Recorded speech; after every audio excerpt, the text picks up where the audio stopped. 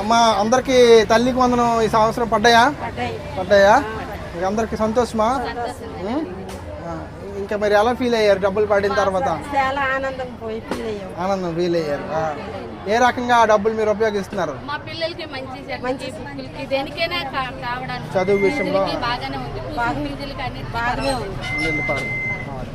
పోన్లే అమ్మా. Thank you చెప్తారు సీఎం గారికి. ఎవరికైనా ఇంకా పడకపోయి ఉంటే మీరు మీ యొక్క పాఠశాల యాజమాన్యం హెచ్ఎం గారు కనుక్కొని ఏమైనా మీ పొరపాట్లు ఉన్నాయేమో మీరు కనుక్కొని ఇంకా దాని తర్వాత మీ సచివాలయంలో దగ్గరలో ఉన్న సచివాలయంలోన మీరు అప్లికేషన్ పెట్టుకుంటే ఎక్కడ పెండింగ్ ఏంటి అన్నది చెప్తారు. దానివల్ల పరిష్కారం అవుతుంది, అందరికీ పడుతుంది. కొన్ని కుటుంబాల్లో అయితే మీరు చూసుంటారు, న్యూస్ పేపర్లో గట్రా వచ్చింది, ఒక్కొక్క కుటుంబంలో 6 పిల్లలు ఉంటే 6కి పడ్డది, 5 పిల్లలు ఉంటే 5కి పడ్డది. కాబట్టి ఎక్కడ మీరు నిరాశపడాల్సిన పని లేదు. పడకపోయిన వాళ్ళు ఖచ్చితంగా ఎక్కడైనా 10th క్లాస్ కంప్లీట్ అయిపోయిన వాళ్ళకి కొంచెం సమయం పడుతుంది. ఇప్పుడు ఇంటర్మీడియట్కి వెళ్తున్నారు కాబట్టి అవును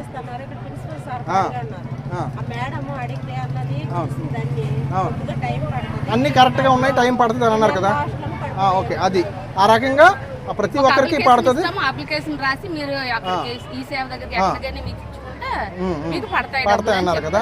ఓకే, సంతోషం కదా. మీకు ఏ సందేహం ఉన్నా సరే సచివాలయంలో కనుక్కోండి. మీకు దగ్గరలో వార్డు ఇన్ఛార్జీలు, కౌన్సిలర్స్ వాళ్ళ దృష్టిలో పెట్టినా సరే పరిష్కారం అవుతుంది. ఖచ్చితంగా ఎంతమంది పిల్లలు ఉన్నారో ప్రతి ఒక్కరికి కూడా తల్లికి వందనం అన్నది పడుతుందమ్మా. ఓకేనా?